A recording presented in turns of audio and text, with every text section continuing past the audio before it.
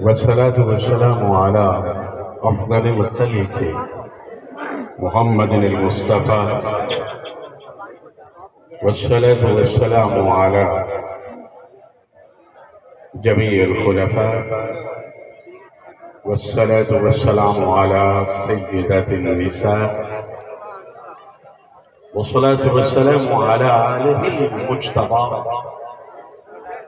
والصلاة والسلام على أصحابه المرتضى. أما بعد، فأعوذ بالله من الشيطان الرجيم. بسم الله الرحمن الرحيم. وإذ تخلق من الطين كهيئة الطير بإذني فتنفخ فيها فتكون طيرا بإذني وتبرئ الأكمه والأبرص بإذني وإذ تخرج الموتى بإذني. صدق الله العظيم وبلغنا رسوله النبي الكريم الأمين، ونحن على ذلك من الشاهدين والشاكرين، والحمد لله رب العالمين. إن الله وملائكته يصلون على النبي يا أيها الذين آمنوا صلوا عليه وسلموا تسلیما. سرکار کی ذات اور آپ کی آل پر درود و سلام کا گجرا نچھاور کرے. میں گفتگو کا آغاز کروں. درود و سلام کیا بات ہے. الصلاۃ والسلام یا رسول اللہ وعلی آلک وأصحابک.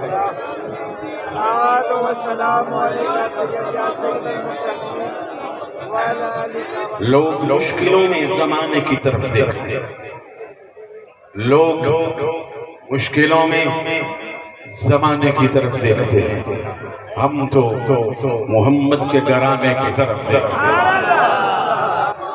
خطرہ کوئی نہیں مجھے کسی زوال کا، خطرہ کوئی نہیں مجھے کسی زوال کا، کیونکہ میں نوکر ہوں مصطفیٰ کی آل کا. خطرہ کوئی نہیں مجھے کسی زوال کا، کیونکہ میں نوکر ہوں مصطفیٰ کی آل کا. حضور کسی کی سر بلندی میں کوئی تو راز ہوتا ہے، کسی کی سر بلندی میں کوئی تو راز ہوتا ہے. سمجھ میں جو نہ آ سکے وہی اعجاز ہوتا ہے. جہاں پر ختم ہوتی ہے حد حسن یوسف کی، جہاں پر ختم ہوتی ہے حد حسن یوسف کی، وہیں سے حسن مصطفیٰ کا آغاز ہوتا ہے، آغاز ہوتا ہے. میری گفتگو کیونکہ جو آیات میں نے تلاوت کی ہے میں انہی کے مطابق گفتگو کرنا چاہتا ہوں.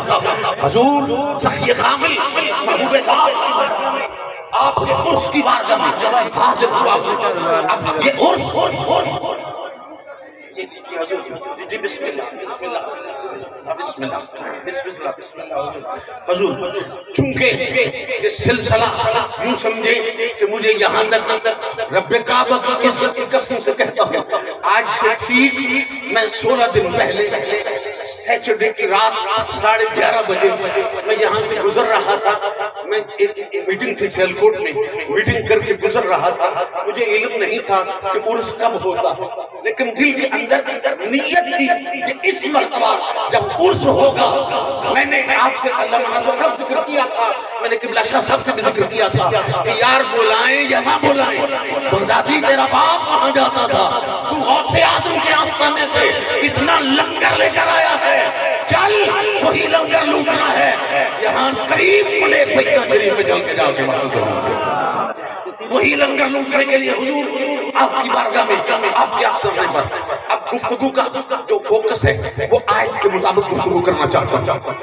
اس تخلق من الطین کہیئۃ الطیر بإذن خالق کائنات ارشاد فرما رہا ہے کہ موسیٰ عیسیٰ کلمۃ اللہ روح اللہ اللہ کا رسول، اس کے بارے میں قرآن کا استدلال دیکھیے گا. اور اور استدلال سے میں چونکہ صاحب مزار کی بارگاہ میں حاضری پیش کرنا چاہتا ہوں، اسی سے استدلال لے کر میں یہاں تک آنا چاہتا ہوں۔ خالق کائنات نے فرمایا کہ میرا رسول کلمۃ اللہ روح اللہ حضرت عیسیٰ علیہ السلام اس تخلق من الطین کہیئت الطیر، جب پرندہ بنانے کے لیے مٹی پکڑی تو اللہ فرما رہا ہے میرے اذن کے ساتھ۔ اب اذن کا ترجمہ اتنے علماء کے سامنے مجھے کرنے کی ضرورت نہیں ہے کہ سب جانتے ہیں کہ اتنا بڑا لکھا مجمع ہے، اذن کا ترجمہ کیا ہے؟ تو اللہ نے فرمایا جب مٹی لی تو میرے اذن سے فرمایا فتنفخ فیہا، اے عیسیٰ تو نے اس میں روح پھونکی تو میرے اذن سے فتکون طیرا باذنی، وہ پرندہ بن کے اڑا تو میرے اذن سے وَتُبْرِئُ الْأَكْمَحَ وَالْأَبْرَصَ بِإِذْنِي، توجہ سے فکریں سننے والے ہیں، وَتُبْرِئُ الْأَكْمَحَ وَالْأَبْرَصَ، اکماح اسے کہتے ہیں اور آما اسے کہتے ہیں۔ لغت قرآن میں آما اسے کہتے ہیں کہ جس کو اللہ نے آنکھیں عطا فرمائی لیکن بینائی کسی عارضے کی وجہ سے، بڑھاپے کی وجہ سے، مرض کی وجہ سے بینائی ختم ہو جائے، اسے لغت قرآن میں آما کہا جاتا ہے۔ اکما کسے کہتے ہیں؟ جسے پیدائشی طور پر اللہ آنکھ عطا نہ فرمائے، اسے لغت قرآن میں اکما کہا جاتا ہے۔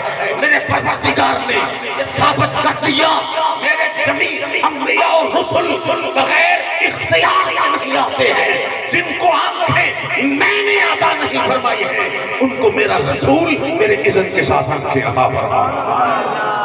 اذنی کا لفظ ساتھ چل رہا ہے، وَتُبْرِئُ الْأَكْمَحَ وَالْأَبْرَصَ بِإِذْنِی، کوڑ کے مریضوں کو شفا دی تو میرے اذن سے، آخر میں لفظ ہے اور اس کے بعد میرا موضوع اس طرف آ جائے گا۔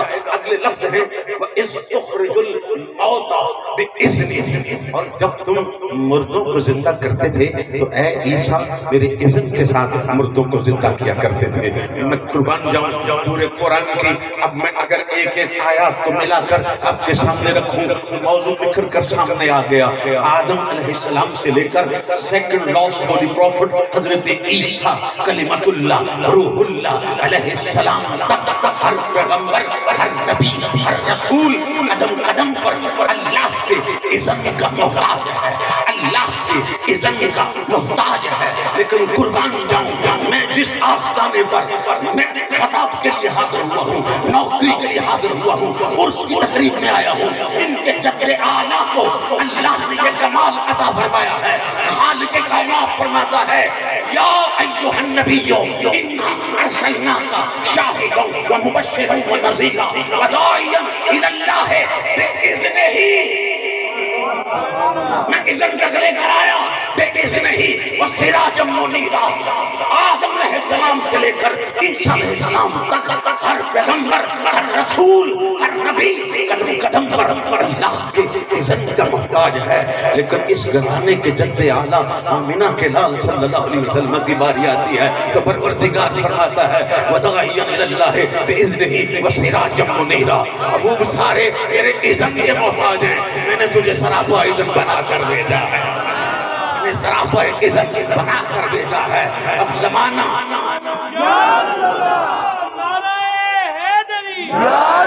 زمانہ اب سماعت فرماتے چلے جائیے کیونکہ میں خاموشی کے ساتھ اور آہستگی کے ساتھ جو اپنا اصل موقف ہے آپ تک پہنچانا چاہتا ہوں۔ حضور یہ دنیا کو سمجھ میں نہ آ سکا کہ اس تخلق من الطین کہیئت الطیر باذنہ، اب یہ خدائی صفت تھی۔ لوگوں نے جب حضرت عیسیٰ علیہ السلام کے اندر یہ صفت دیکھی تو ان کو خدا سمجھنا شروع کر دیا۔ اب مردوں کو زندہ کرنا یہ خدائی صفت تھی۔ اب لوگوں نے جب یہ دیکھا کہ حضرت عیسیٰ علیہ السلام مردوں کو زندہ کر رہے ہیں، انہوں نے عیسیٰ علیہ السلام کو مردوں کو اللہ الہ، اللہ کا بیٹا یہ کہنا شروع کر دیا۔ معلوم ہوا کہ دو کمالات الہیہ ایک پیغمبر کے اندر نظر آئے، لوگ گمراہ ہو گئے اور یہ کہنا شروع کر دیا کہ یہ الہ ہے، اگر الہ نہیں ہے تو ابن اللہ ہے، اللہ کا بیٹا ہے۔ میرے مصطفیٰ کریم صلی اللہ علیہ وآلہ وسلم آپ کی اولاد پاک نے ارے اس زمانے میں حضور سیدنا غوث سمدانی قطب ربانی شہباز لامکانی قندیل نورا شہباز لامکانی حضرت سیدنا شیخ عبد القادر جیلانی الحسن الحسینی رضی اللہ تعالی عنہ آپ نے آج سے 1000 سال پہلے 1000 سال سے بھی اوپر گزر گیا ہے آپ نے بتا دیا کس طرح آپ نے فرمایا لوگوں تم ابھی تک یہ سوچ رہے ہو نا کہ عیسیٰ علیہ السلام نے مردے کو زندہ کیسے کیا تھا تم ابھی تک اذنی کو نہیں سمجھ سکے آپ نے وہ جو عیسائی نے کہا تھا کہ حضرت آپ کے پاس میں حدیث سمجھنا چاہتا ہوں مجھے یہ حدیث سمجھا دے کہ قال رسول اللہ صلی اللہ علیہ وآلہ وسلم العلماء امتی کانبیاء بنی اسرائیل اس حدیث کا ترجمہ سمجھا دے حضور غوث اعظم نے فرمایا لے سمجھا دیتے ہیں ہم آپ کے جد اعلیٰ نے ترجمہ یوں سمجھایا منٹوں میں سمجھایا اور ادھر سے بھی اگر کوئی بندہ سبحان اللہ کہے تو سمجھ لینا کہ میرا تمام مجمع نظر آپ کی سمجھ میں نظر آ گیا اب ذرا ملاحظہ فرمائیں جب آپ نے وہ منظر پیش کیا چشم فلک میں دیکھا سرزمین موصل و نینوا نے دیکھا چونکہ موصل کا یہ واقعہ حضور میں نے چونکہ مطالعہ وہاں جا کر کیا ہے حضور غوث اعظم رضی اللہ تعالیٰ عنہ نے آپ نے فرمایا بول عیسائی چاہتا کیا ہے کہنے لگا کہ آپ کے رسول صلی اللہ علیہ وسلم کا فرمان ہے کہ میری امت کے علماء بنی اسرائیل کے مثل ہیں تو بتائیے ہمارے عیسیٰ علیہ السلام کو مردوں کو زندہ کیا کرتے تھے فرماتے ہیں اچھا تم عیسیٰ علیہ السلام کی بات کرتے ہو اور یہ حدیث سمجھ میں نہیں آ رہی ہے لے میں سرکار غوث اعظم رضی اللہ تعالیٰ عنہ نے آپ نے فرمایا اب قبر کا تعین کرنا تیرا کام ہے یہ نہ کہنا کہ ہم نے پہلے سے ارینج کر رکھا ہوا ہے ہم نے تو احترام کر رکھا ہوا ہے غوث اعظم نے کہا قبر کا تعین تو کر مردہ غوث زندہ فرمائے مولا کائنات کی اولاد حسن و حسین کی اولاد میں سے اللہ نے امام حسن کو 2 بیٹے عطا فرمائے ایک بیٹا حسن اور دوسرے بیٹے حسین اب امام حسن کو اللہ نے 2 بیٹے عطا فرمائے ایک بیٹے کی اولاد یہ بیٹھے ہیں سیدنا امام حسن مسنہ کی اولاد یہ بیٹھے ہیں ارے دونوں کا میں اگر شجرہ سامنے رکھوں حضور سید امام حسن مسنہ کے دیار شہزادے کو غوث جلی کہا جاتا ہے سید زید شہید کے دیار میں شہزادے کو داتا علی کہا جاتا ہے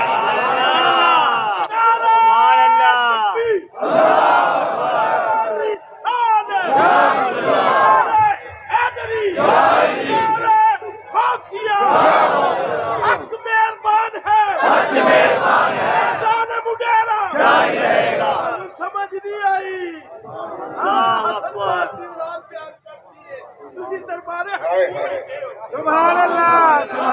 سمجھ کیسے آئے اگر صرف لفظ امام لگ جائے امام علی الحق کے آستانے پر لفظ امام لگ گیا تم تو وہاں حاضری دینے سے گریز کرتے ہو اگر غوث اعظم کے نام کے ساتھ امام عبد القادر ہوتا نہ معلوم تم کیا حال کرتے ارے تم سمجھے نہیں ہو امامت صغرا کسے کہتے ہیں امامت کبرا کسے کہتے ہیں امامت صرف امام حسین کے گھر میں نہیں ہے مولا حسن کی اولاد سے بھی امامت چلی آ رہی ہے امامت یاد رکھیے گا امامت ادھر بھی ہے امامت ادھر بھی ہے ادھر بھی چل رہی ہے ادھر بھی چل رہی ہے ادھر کوئی داتا علی نظر آتا ہے کوئی غوث جلی نظر آتا ہے کوئی محبوب ذات نظر آتا ہے کوئی سخی کامل نظر آ رہا ہے تمہیں عیسیٰ علیہ السلام نے مردے زندہ کیے سمجھ میں نہ آ سکا لیکن نہ بتاؤں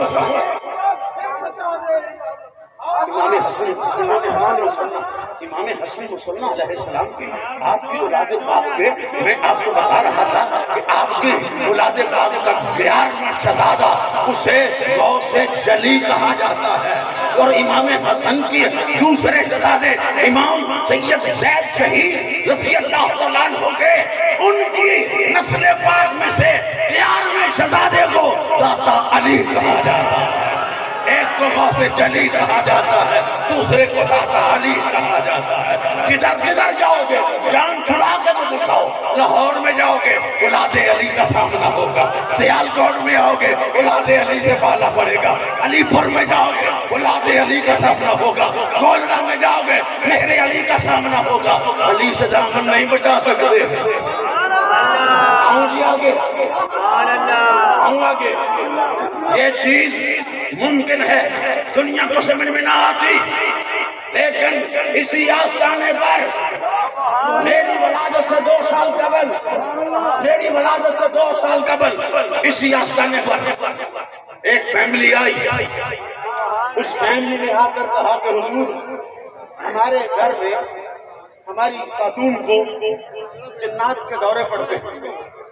جب میں مطالعہ کر رہا تھا نا، اور یہ کتاب مجھے والد گرامی رحمت اللہ علیہ سے جب میں اپنی ولادت کی سن پوچھی تو والد گرامی رحمت اللہ علیہ نے یہ واقعہ سنایا، میں پڑھ کے حیران ہو گیا، یاد تازہ ہو گئی۔ واہ پروردگار کمال کر دیا ہے۔ اب ذرا غور کیجئے گا، میں تانے بانے ملانا چاہتا ہوں، میں ملانا چاہتا ہوں۔ ایک دن حضور غوث اعظم رضی اللہ تعالیٰ عنہ کی بارگاہ میں ایک شخص کرمان یہ یاد رکھیے گا، کرمان شہر ہے، یہ ایران کا کرمان سے وہاں ایک بندہ گیا بغداد شریف میں، کہنے لگا حضور میری بیوی کو وہاں غوث جلی تیری بارگاہ کیسی ہے، جن کی میں اولاد کی بارگاہ میں آیا ہوں، مجھے آج یقین کریں ایک عرصے کے بعد آیا ہوں، کوئی فرق نظر نہیں آ رہا۔ کہاں غوث اعظم کی بارگاہ میں کہاں ان کی اولاد کی بارگاہ میں؟ جی سبحان اللہ، سبحان اللہ، سبحان اللہ۔ میں سچ کے جانوں حضور ذرا ملاحظہ فرمائے، حضور ملاحظہ فرمائے، میں اب جو پیش کر رہا ہوں نا، اب حضور غوث اعظم رضی اللہ تعالیٰ عنہ نے آپ نے فرمایا کرمان شاہ سے آیا ہے، کہا کہ ہاں کیا تیری بیوی کو دورہ پڑتا ہے؟ کہنے لگا ہاں حضور میری بیوی کو دورہ پڑتا ہے۔ فرمایا سراندیپ یہ آپ کا یہ سری لنکا وہاں کا خانس نام کا ایک جن ہے جو تیری بیوی کو بھی چمٹا ہوا ہے، اس کی وجہ سے دورہ پڑتا ہے۔ ایسا کرنا کہ اب کہ اگر دورہ پڑا تو کان میں کہنا غوث جلی کا پیغام ہے، دوبارہ نہ آنا۔ سنادیپ کے رہنے والے تجھے غوث اعظم سید عبدالقادر جیلانی کا پیغام ہے، یہاں سے چلا جا، دوبارہ نہ آنا۔ یہی بات 1967 میں اس آستانے پر دہرائی گئی۔ آئے یہاں مرید کہنے لگے حضور ہماری عورت کو دورے پڑتے ہیں۔ آپ نے فرمایا واہ محبوب ذات میں قربان جاؤں، واہ سخی کامل میں قربان جاؤں، واہ بدر کامل میں قربان جاؤں۔ آپ نے فرمایا ہمارے گھر میں ایک پیپل ہے، اس پیپل کے نیچے پیشاب کرنا، بول و براز نہ کرنا، وہاں صفائی رکھا کرو اور جمعرات کے دن چراغ جلایا کرو۔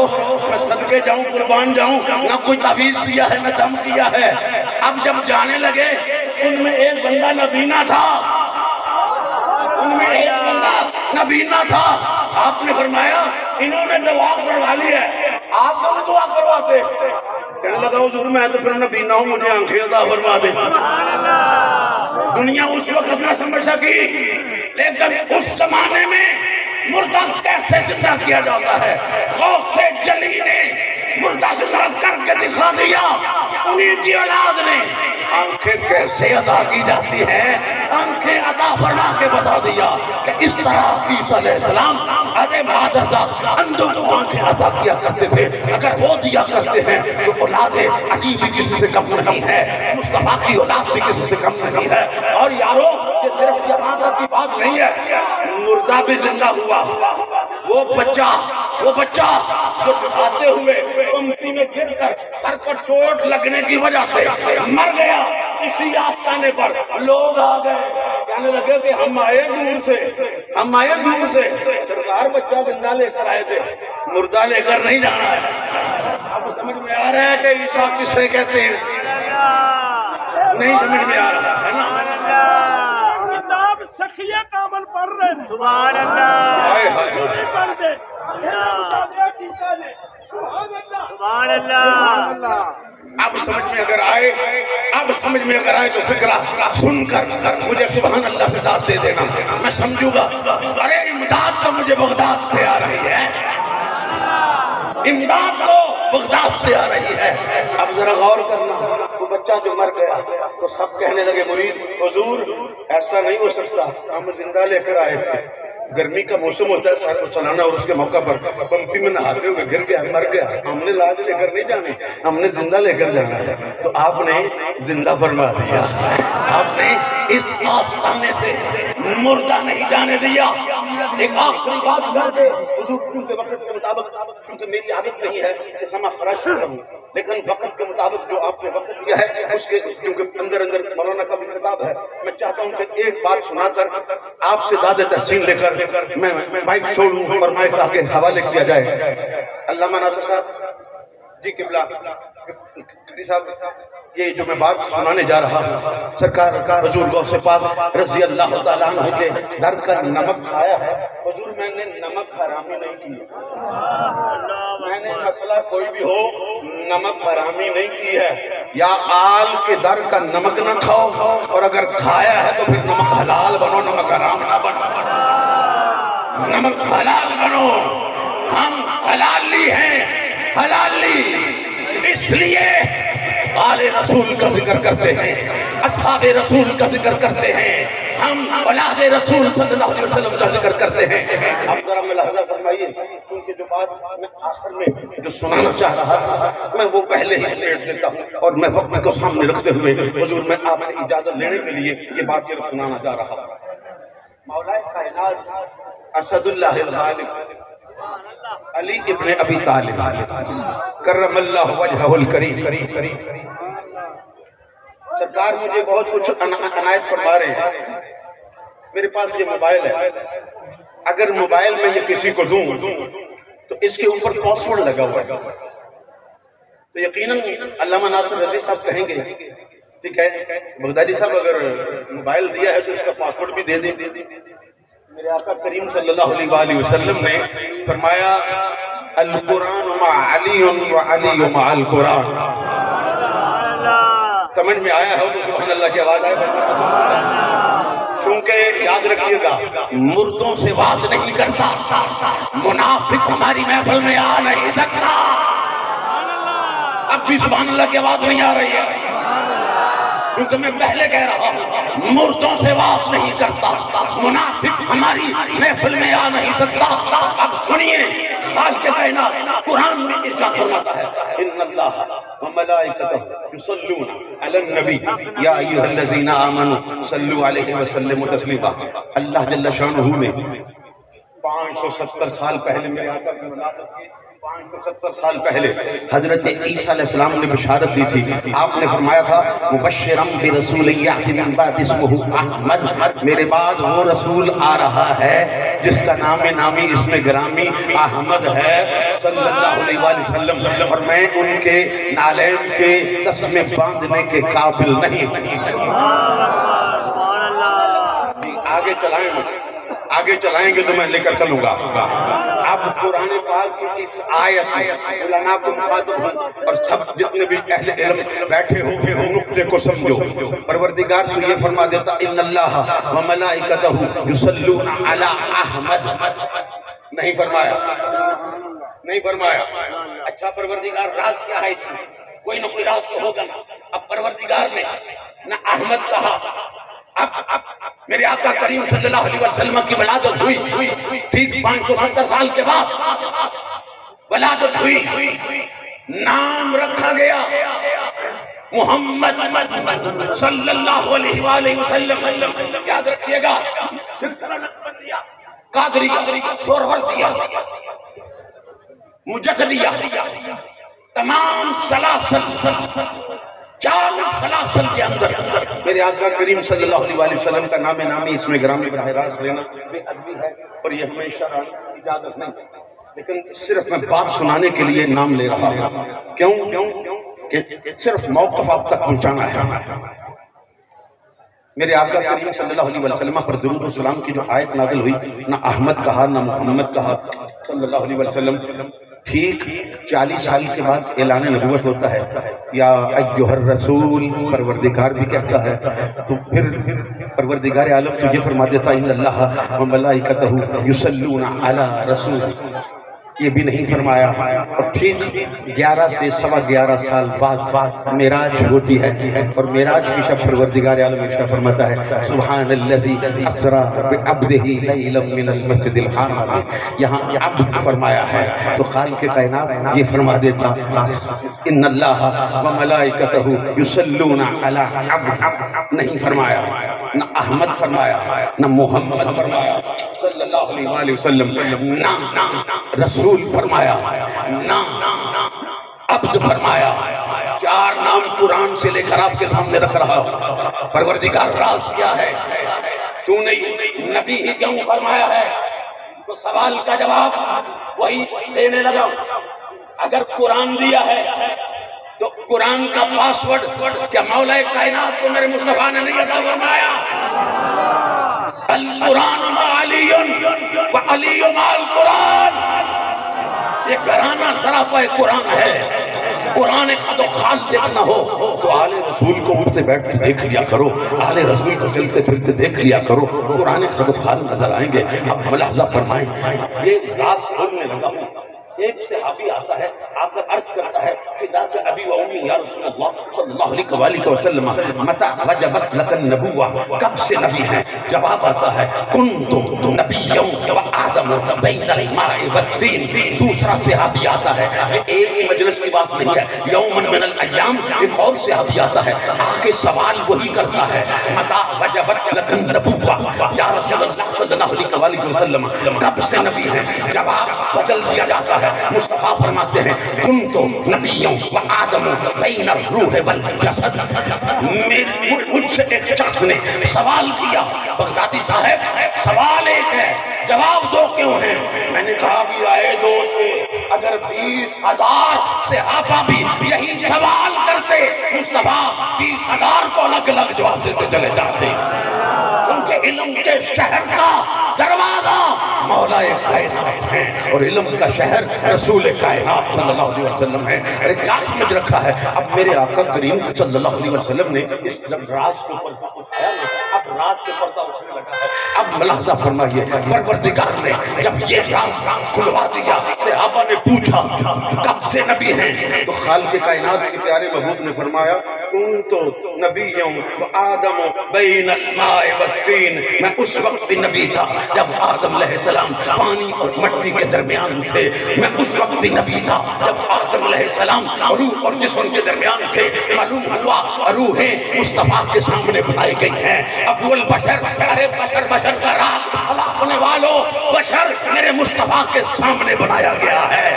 ارے روحیں میرے مصطفیٰ کے سامنے بنائی گئی ہیں، اجساد اجسام تمام چیزیں افلاک مصطفیٰ کے سامنے بنائے گئے ہیں کہ اللہ نے راز کھول دیا۔ میں جب میرا محبوب فرما رہا ہے کنت نبیوں و آدم بین الماء والطین، میں اس وقت بھی نبی تھا جب آدم علیہ السلام پانی اور مٹی کے درمیان تھے، تو پھر میں بھی تو یہی فرما رہا ہوں۔ اللہ فرماتا ہے ان اللہ و ملائکتہ یصلون علی النبی، جب سے میرا محبوب نبی ہے میں بھی تب سے درود و سلام بھیج رہا ہوں۔ کیونکہ اگر احمد کہتا تو لوگ سمجھتے کہ عیسیٰ علیہ السلام بشارت کے بعد سے بھیجا جا رہا ہے، اگر میں محمد کہتا لوگ سمجھتے ولادت مصطفیٰ سے درود و سلام شروع ہوا ہے، اگر میں رسول کہتا لوگ کہتے رسالت کے اعلان کے بعد سے اللہ اور اس کے فرشتے درود و سلام بھیج رہے ہیں، اگر میں اب فرماتا تو لوگ سمجھتے معراج کی شب سے اللہ اور اس کے فرشتے درود و سلام بھیج رہے ہیں۔ میرے پروردگار نے سارے رازوں سے پردہ اٹھا کر راز فاش کر دیا، فرمایا جب سے میرا محبوب نبی ہے تب سے اللہ اور اس کے فرشتے اس پر درود و سلام بھیج رہے ہیں۔ اس شعر کے ساتھ اجازت چاہوں گا کہ علی کے نام کو اپنی پسند رکھا کر، میں دیکھنا چاہ رہا ہوں علی کے نام کو اپنی پسند رکھا کر، اگر نہیں تو زبان اپنی بند رکھا۔ علی کے نام کو اپنی پسند رکھا کر، اگر نہیں تو زبان اپنی بند رکھا کر۔ گر تو چاہے کہ زمانے میں سرفرازی ہو، گر تو چاہے کہ زمانے میں سرفرازی ہو، تو علی کے نام کا نعرہ بلند رکھا کر۔